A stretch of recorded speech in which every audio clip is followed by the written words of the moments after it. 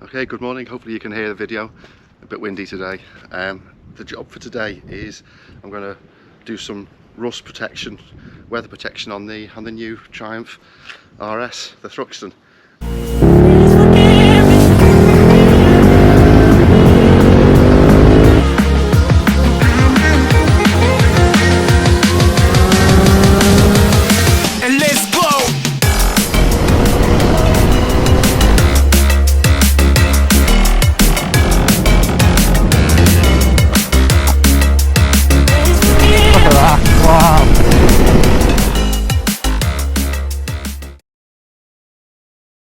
I'll just give you a bit of a walk around the bike.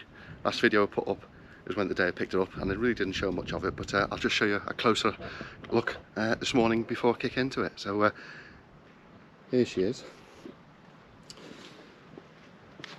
I've only ridden her once. The day I bought it, did 100 miles on it, so it's got just shy of 1,000 miles on it. It's about 15 months old, and I absolutely love it. I come out to the garage just to have a look at it every now and then, make sure it's still there. Start it up every now and then, but no, I can't wait to get on the bike. I went out yesterday on the KTM, went up to Hawes with a couple of my mates, although the snow and bad weather and ice meant we just had a quick pint and a lovely beef dinner and came back. But no, the job for today while I'm on Christmas holiday is to pamper on the bike. So what have I got? So yeah, so this is it. This is the Thruxton RS. It's called a showcase model. It was a short run they did at launch, and it basically has all the bells and whistles on it you could have. And there's hundreds and hundreds of Triumph accessories anyway. But the guy that bought this even went above and beyond by decatting the system, putting the full arrows system. It sounds awesome, I've got to say. It does sound absolutely awesome. So you got, it's a 1200 parallel twin. It throws out about 103 brake horsepower, 105 PS. I think it's about 112 Newton meters, which is less than the KTM. That was obviously, that's 144 Newton meters and 195 brake horsepower. But having ridden this the day I bought it, it still gives you bags of torque, pulls like a train, and you just feel special riding on it. You sat on here and you're looking down on this view with all the polished aluminium yoke, the beautiful chrome surround on the dials. It's just gorgeous. It's a mixture of the old retro analog and digital. You don't have cruise control on this, but you have modes, so you have rain, road and race. It's got the bar end mirrors. I love this cowling. When I first bought it, I actually asked whether they could go back to the naked spec, and they said they could. And they actually put the higher risers, as you can see here, because the lower clip-ons were down here and it was just too aggressive for me. Anyway, they put them on for me, and I'm so glad that we didn't change this, because I love the looks of it.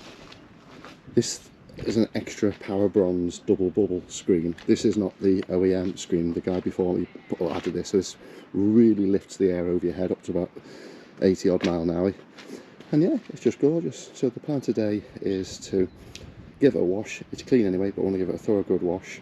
When I went out the day I bought it, it was full of salt on the road, so it was literally a quick snow foam, get it done, get the worst off, give it a bit of a wash, and then I'm going to give it a rust protection on it. Anyway, I'm actually going to use this product. It's called XCP Rust Blocker.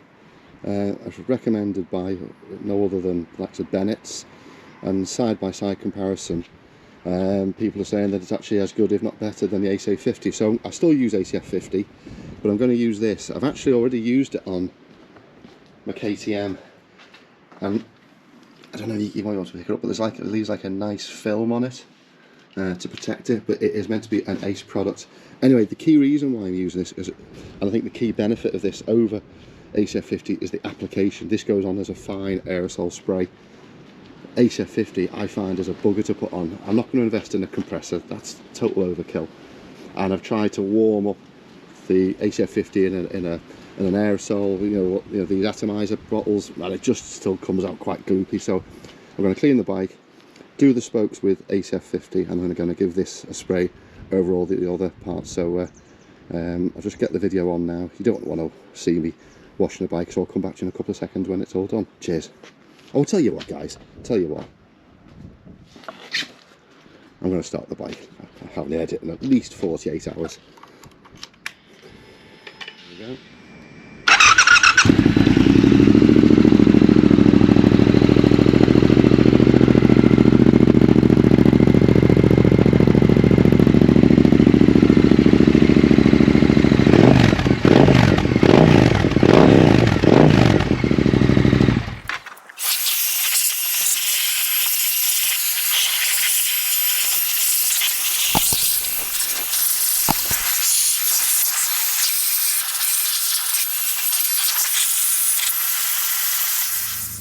I'm just going to continue for the next 5-10 minutes to get really deep into the engine areas, into all the crevices, using this. Let the bike thoroughly dry, then I'll come back to you when I'm ready to put the treatment on.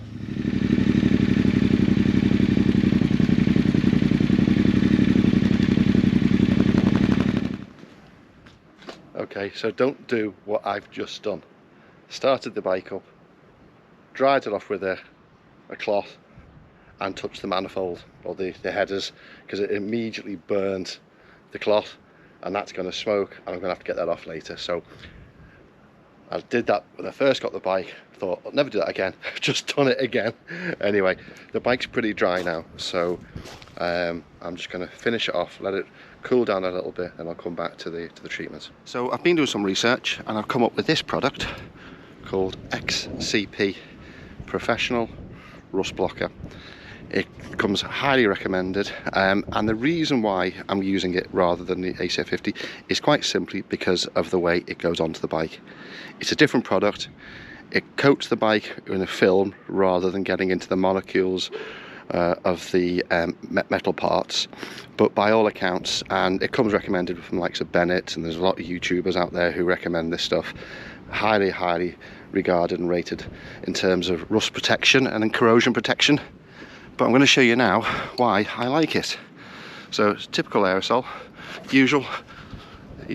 Bikes shouldn't be hot when you apply it, but again, just nice and gently spray it across. And as you can see, unlike ACF50 out of the can, it comes on really easily.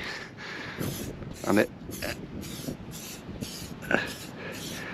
you might see a couple of bubbles as it goes on, but rest assured that will all dry off once you've applied it all, and let it soak for a few minutes, and then mop it down with a microfiber cloth to get the excess off it. Smells gorgeous actually. I don't know what's in it, and again, just get inside into the crevices.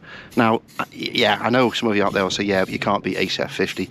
You most probably can't, but as I said, the reason why I'm using this is because of the way it goes on. It's one of those products which I think, because it does go on easily, you'll use it more often. I am still going to use ACF50 for the spokes and for the bolts on the spokes where they join the wheels, because they're known for a bit of corrosion on these bikes because they're chrome rather than stainless steel. You can do an upgrade to stainless steel, but I haven't decided to go down that way yet. But yeah, I'm just going to continue over the bike nice and gently. I really should have covered these, I haven't, so I'm just trying to be careful. I will give them a proper dry down at the end though, and make sure there's nothing on there for when I put my big size 11s on it in the future. But again, it'll all work its way in. I'm going to take the seat off in a minute as well, and then I'm going to do the underside of the seat with the electrics. But yeah, as you can see, it's all going on nicely. I'm going to continue this way, and I'm going to wipe it all down, and I'm going to come back to you. Cheers guys. Oh well, the bike's all been cleaned, air dried, towel dried. I've put the product on. I've even taken the seat off. I've done all under here. There's been little bits that I've missed, and I've just followed up. With the product you get a little tube, and what I'd recommend also is getting into sort of these areas. So obviously this was all protected with the towels, but it is worthwhile just getting all the key bolts bolt heads that are exposed. They're all pretty much stainless steel anyway, but it just gives that added bit of protection on the bike. So all I'm going to do now, come back to the old faithful ACF50, which is a great product, but I just wish there was a better way of applying it without a compressor. And I'm literally going to get it on a microfiber and do each of the spokes individually. So a bit of a boring job, but I'm on my holly bobs, so there's no rush, so I'll do it nice and easily. But yeah, there's the bike. Looking forward to getting on it and doing a few miles when the weather dries up. I think I'm going to really love it. I love that bike as well. Don't get me wrong, both bikes are ace, but very different bikes for very different types of riding for different types of days. Don't think I'll be towing on this, although we are thinking about a trip to Ireland. Might take it. But no, there she is. Oh, there's one thing I've done since I bought the bike. I put this on. I've got the Optimate 4. So it literally just keeps both bikes on conditioned charging. It puts load on the batteries, it charges the batteries, it puts it through cycles in effect. So every time you come to start the bike, starts first time, never had any problems with them. So yeah, so I'll hopefully get a bit of content out for this bike. I haven't named it yet, don't know whether to name it or not, but yeah, I don't even know what sex it is, whether it's female or male. Not that I really give a damn, but I'm just looking forward to riding it. So hopefully you've enjoyed this little vid. I'll speak to you all soon. Any comments, please throw them below. And if you guys have been using either the ACF50 or the XCP, give me a shout, let me know what your thoughts are. The one thing I can't comment on is how effective the XCP is at protecting the bike, because I've only just put it on, never used it before. But with all the tests, look at the Bennett's YouTube comparison between that and ACF50, and you'll be highly impressed and maybe a little bit surprised with how good it comes across. Anyway, thanks for watching. If you haven't already, like and subscribe the channel, and when this shitty weather starts to warm up and dry up, we'll get out and do a bit more riding. Speak to you soon, guys. Take care. Bye bye.